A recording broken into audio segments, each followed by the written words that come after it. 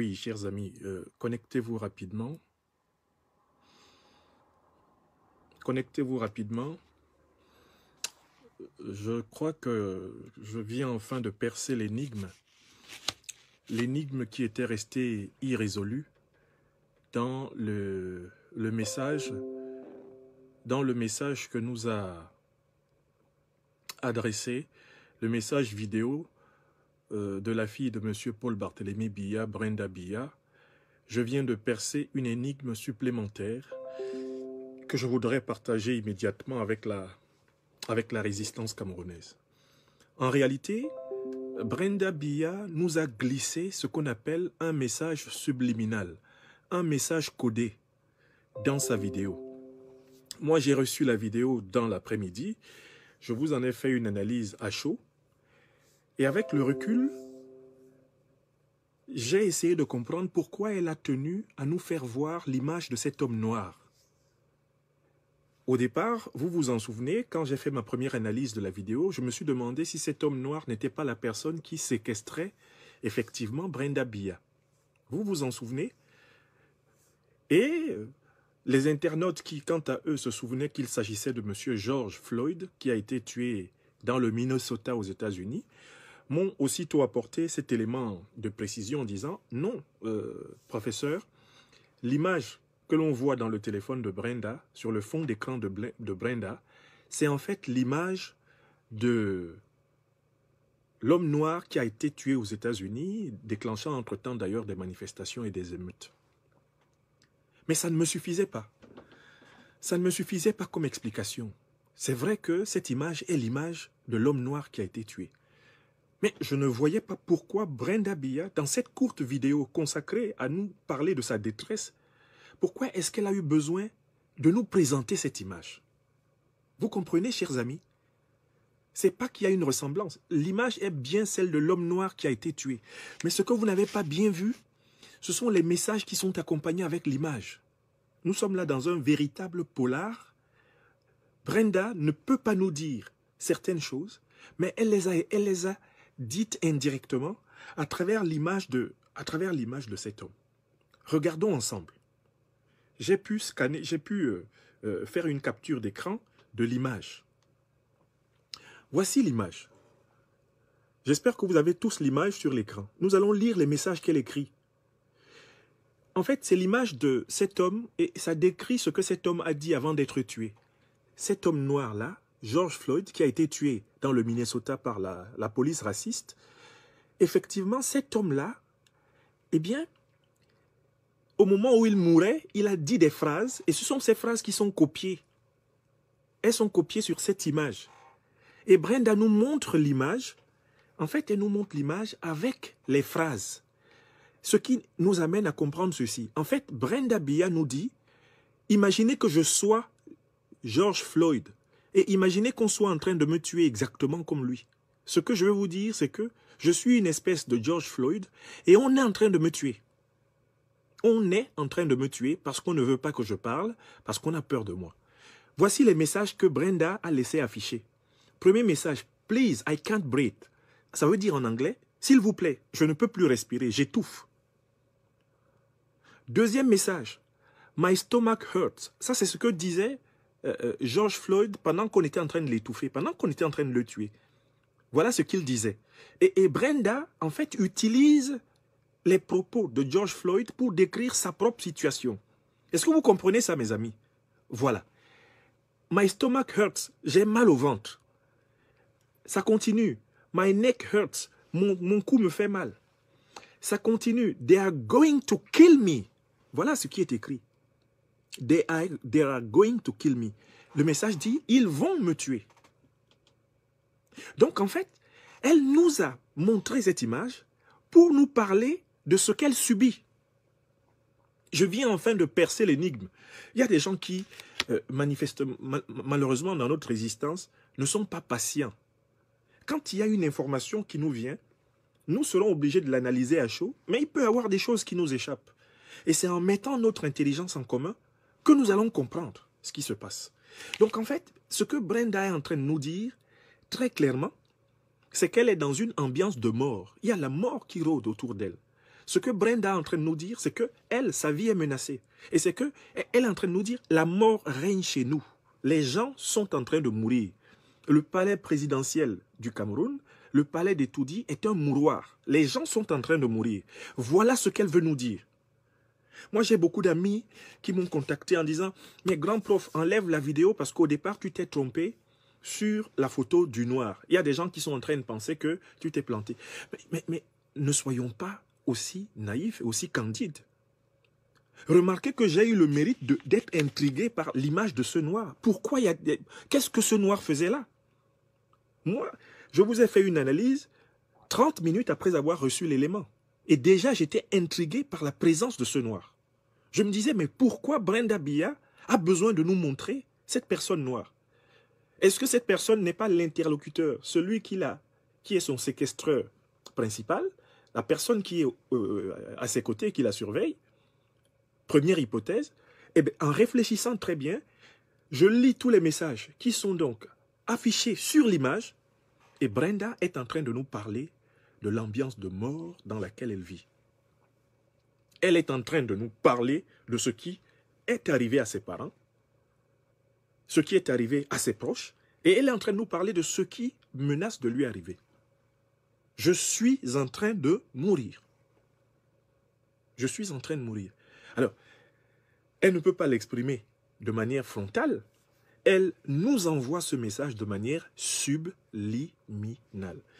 Sans quoi, cette image-ci est complètement absurde. Dans le message que nous a adressé Brenda, cette image serait complètement absurde.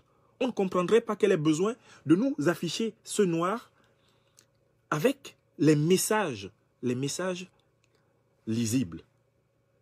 En fait, les messages qui sont lisibles là sont des messages de Brenda nous parlant de sa propre condition. Enfin, j'ai tout compris. Je suis sûr d'avoir maintenant tout compris. Alors, je voudrais aussi en même temps faire une remarque à tous ceux qui restent encore dans une logique de « Ah non, tout ce qu'elle peut raconter ne nous intéresse pas, on s'en fout. De toutes les façons, son père, c'est un tyran, c'est un truand, c'est un criminel. » J'invite les Camerounais à faire preuve d'intelligence. Nous sommes dans une bataille. Et une bataille comme celle-ci requiert les énergies de l'intelligence. Arrêtez d'avoir des réactions de brutes. Arrêtez d'avoir des réactions infantiles. Voilà une jeune femme pour laquelle nous n'avons pas d'affection particulière. C'est juste une Camerounaise qui est la fille de M. Biya. Certains l'apprécient, d'autres pas. Pour ma part, je ne l'apprécie pas du tout. J'ai toujours souligné que je n'ai rien à faire du caractère de cette jeune fille. Ce n'est pas une jeune fille dont le caractère me paraisse exemplaire. Mais ce n'est pas ça qui est en cause. Il faut que les Camerounais apprennent que quand on est dans une bataille politique, on mobilise toutes les énergies de la réflexion. Mais qu'est-ce que je suis déçu par des gens qui, au lieu de percevoir la portée politique de ce qui est en train de se passer là, en sont encore uniquement à gérer leurs émotions. Ah, ça ne me plaît pas. De toutes les façons, elle, ce qui lui arrive, on s'en fout. Est-ce que vous mesurez l'importance de la séquence politique dans laquelle nous sommes? J'invite les Camerounaises et les Camerounais qui veulent vraiment le changement dans ce pays d'arrêter de se comporter sur les réseaux sociaux comme des enfants de bas âge. Quand on vous apporte une information, prenez du recul. Réfléchissez à ce qu'on vous met devant. Cherchez, parce que moi, professeur Franklin Yamsiwa Cameroun, je ne suis pas supposé tout savoir. Hein. Il y a des choses que vous pouvez m'apporter, que vous devez m'apporter, que vous devez apporter au président élu. Si vous prenez la peine de réfléchir, au lieu de toujours vous enfermer, pour certains d'entre vous, dans vos émotions. Je vois des gens qui sont là, de toutes les façons, Brenda Biya, elle est en train de faire de la diversion. Vous savez quelle est l'analyse politique qui vous permet de dire que c'est de la diversion? Quelle diversion cette jeune fille fait? Vous avez vu l'état de son visage? Vous avez vu l'état de son œil gauche? Vous avez vu le message qu'elle envoie? Est-ce que vous avez vu le message qu'elle envoie? Vous pensez que c'est de la diversion que de révéler sa fragilité, de montrer que elle, fille d'un président, le tout-puissant, le Nkoukouma du Cameroun, elle est en manque de prescription médicale, elle est isolée. Vous pensez qu'elle peut libérer une telle information pour créer une diversion par rapport à quoi? Bien au contraire, l'information que Brenda nous donne vient confirmer que le Covid-19 a fait des ravages au palais présidentiel. Et il y a des Camerounais qui sont là, j'ai expliqué ça pendant 24 minutes. Ils n'ont pas compris. Et ils sont encore dans l'émotion, ils se pavanent. Il y en a qui se promènent dans les WhatsApp. On s'en fout de ce qui arrive à Brenda. Si vous vous en foutez de ce qui arrive à Brenda, vous n'êtes pas meilleur qu'elle. Vous lui ressemblez exactement. Parce qu'elle, elle a vécu une bonne partie de son adolescence dans le je m'en foutisme. Comment pouvez-vous être en mesure de donner des leçons à Brenda si vous avez des réactions comparables à la sienne? Montrez donc que vous voulez. Montrons que nous voulons un Cameroun nouveau. Montrons que nous voulons un Cameroun différent. C'est-à-dire des gens qui réfléchissent à ce qu'on leur montre. Je vous ai toujours dit, la vérité, ce n'est pas ce qu'on voit. C'est ce qu'on comprend. La vérité, ce n'est pas ce qu'on entend. C'est ce qu'on comprend. La vérité, ce n'est pas ce qu'on nous montre. C'est ce que nous finissons par comprendre par l'analyse. Donc moi, je me suis reposé là, entre 22h et 2h du matin, et j'ai laissé tourner dans mon esprit ce problème de l'image. D'abord, j'ai été intrigué par l'image de cet homme noir. Je ne voyais pas ce que cette image faisait là. J'ai fait ma première hypothèse. Mais ma première hypothèse était fausse. Et beaucoup de Camerounais, de personnes qui suivaient mon direct, m'ont immédiatement aidé en disant « Prof, la personne qu'on voit là, c'est exactement le noir qui a été tué à Minneapolis. » Mais quand les gens m'ont apporté cette information et que j'ai vérifié que c'est ça, je n'étais pas satisfait. Oui, votre serviteur de pain spirituel, quand je n'ai pas encore compris ce qui se passe, le cerveau aussi que Dieu m'a donné, il refuse de dormir. Il dit que tu vas comprendre, tu vas seulement comprendre ce qu'on est en train de te dire.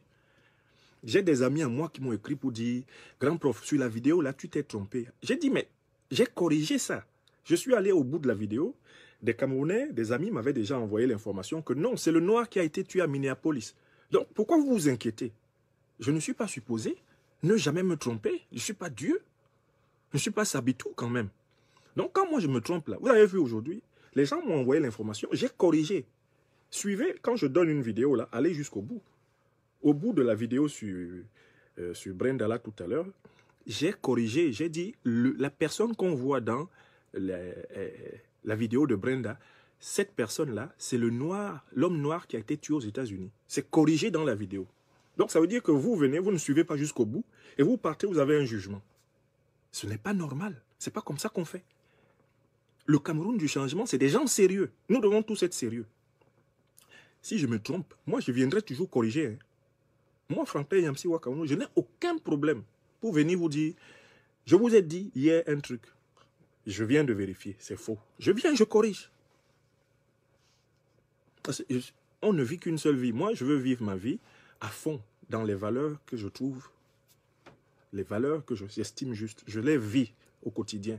Donc, ne vous inquiétez pas. Si vous êtes sûr que j'ai dit un truc qui n'est pas vérifié et que vous avez un élément d'appréciation qui peut me permettre d'ajuster, trouvez-moi, envoyez-moi ça inbox. J'en tiendrai parfaitement compte. Ce n'est pas compliqué. La vérité, sur cette terre, personne ne la possède. Nous la cherchons tous. Certains avec beaucoup plus de discipline. Donc, moi, j'ai pris mon repas du soir, là, je me suis un peu occupé de votre petit Emma que vous aimez, la famille, tout le monde est allé dormir. Et puis, je suis resté dans ce bureau. J'ai dit, mais pourquoi Brenda nous a montré cette photo? Pourquoi Brenda nous a montré cette photo? Et là, soudain, là, je viens de comprendre. Hein. Je viens de comprendre, en dormant. Je suis allé m'allonger encore dans mon petit... Il y a un petit canapé spécial là, je ne vais pas dormir dans la chambre. Je m'allonge là quand mon cerveau bout. Et puis, c'est devenu clair. J'ai dit, mais c'est pas possible. Voici enfin l'explication. La dame nous donne, à travers cette image, les messages qui sont sur cette image la concernent elle-même. Cette Brenda Bia, vous découvrez que ce n'est pas une idiote. Hein. C'est une fille qui aime la vie, c'est une viveuse, mais ce n'est pas une idiote du tout. Vous avez compris? Maintenant, l'énigme est complètement décryptée. Brenda Bia nous donne des informations sur son état et l'état de ses parents. Elle nous dit qu'elle est dans une ambiance de mort. Elle nous dit qu'elle est dans une ambiance de mort. Voilà ce qu'elle nous dit. Sa vie est menacée et il y a eu de la mort autour d'elle. Cette information est incontestable d'un point de vue scientifique, maintenant. Et je suis sûr que les jours et les heures prochains vont multiplier des confirmations de ce que nous venons de comprendre. Et donc, j'en profite pour dire aux Camerounaises, aux Camerounais, à travers tout le Cameroun et à travers tout le monde, de faire un effort de dépasser les réactions émotionnelles. Surtout si vous pensez participer au changement au Cameroun. Il faut que nous tous là, collectivement, le pays, le niveau s'élève. Le niveau des réactions s'élève. Le niveau de vision s'élève. Le niveau d'exigence personnelle s'élève. Le niveau d'humilité, bien sûr, s'élève. Tout le monde doit faire un effort. Moi qui vous parle le premier. Je suis resté là comme ça, comme avant quand on me donnait un exercice de maths qui était compliqué. Tant que je n'ai pas trouvé, je ne dors pas. Ou une disserte de philo, où je ne vois pas encore comment problématiser. Je ne dors pas. Je vais me mettre quelque part là, laisser mon cerveau s'imbiber de tout et n'importe quoi, jusqu'à ce que ça soit clair. Donc vous voyez, là, maintenant, je mérite le sommeil. Parce que j'ai trouvé. Bingo, Eureka. J'ai compris ce que Brenda voulait nous dire.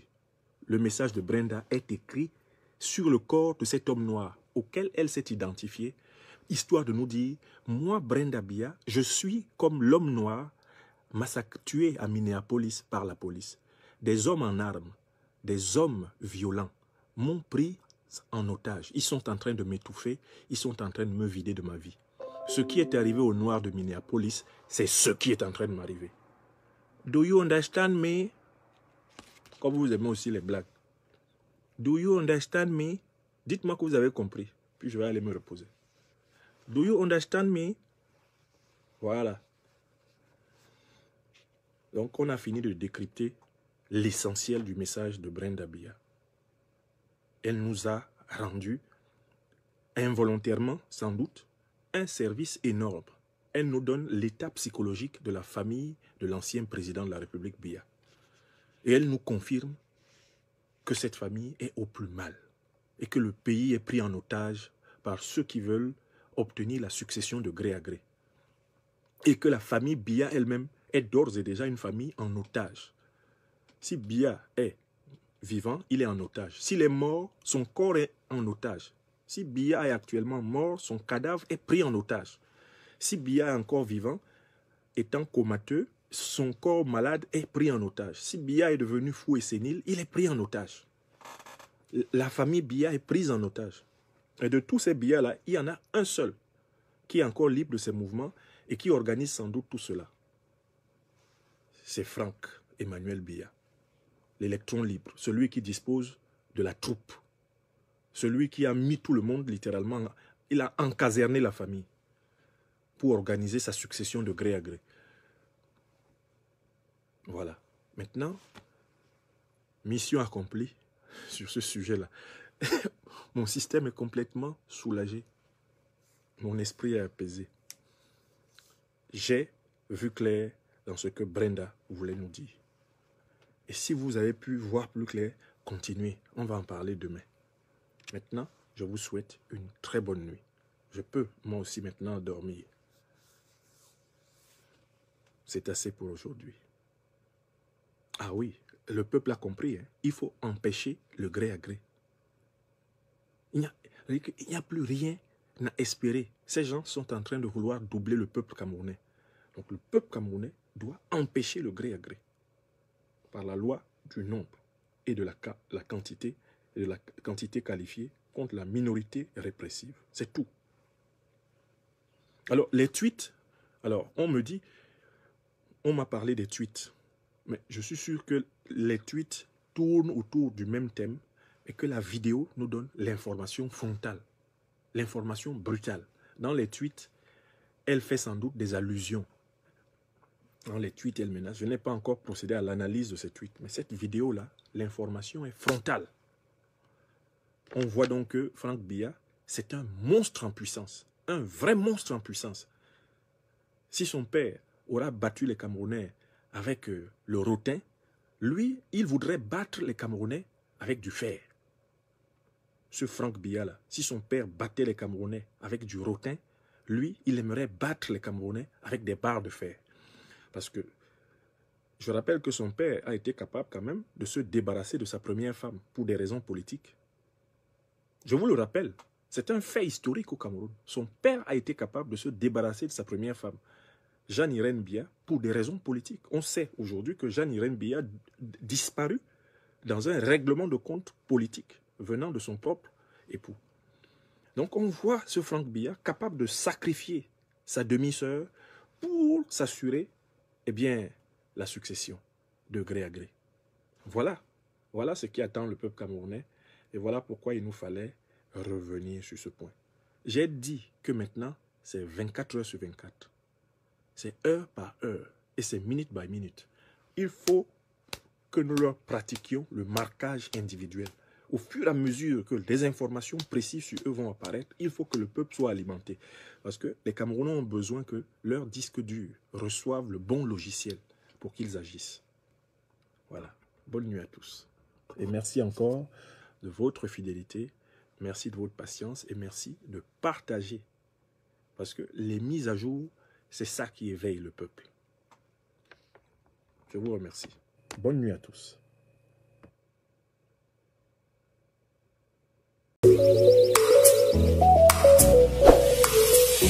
Thank you.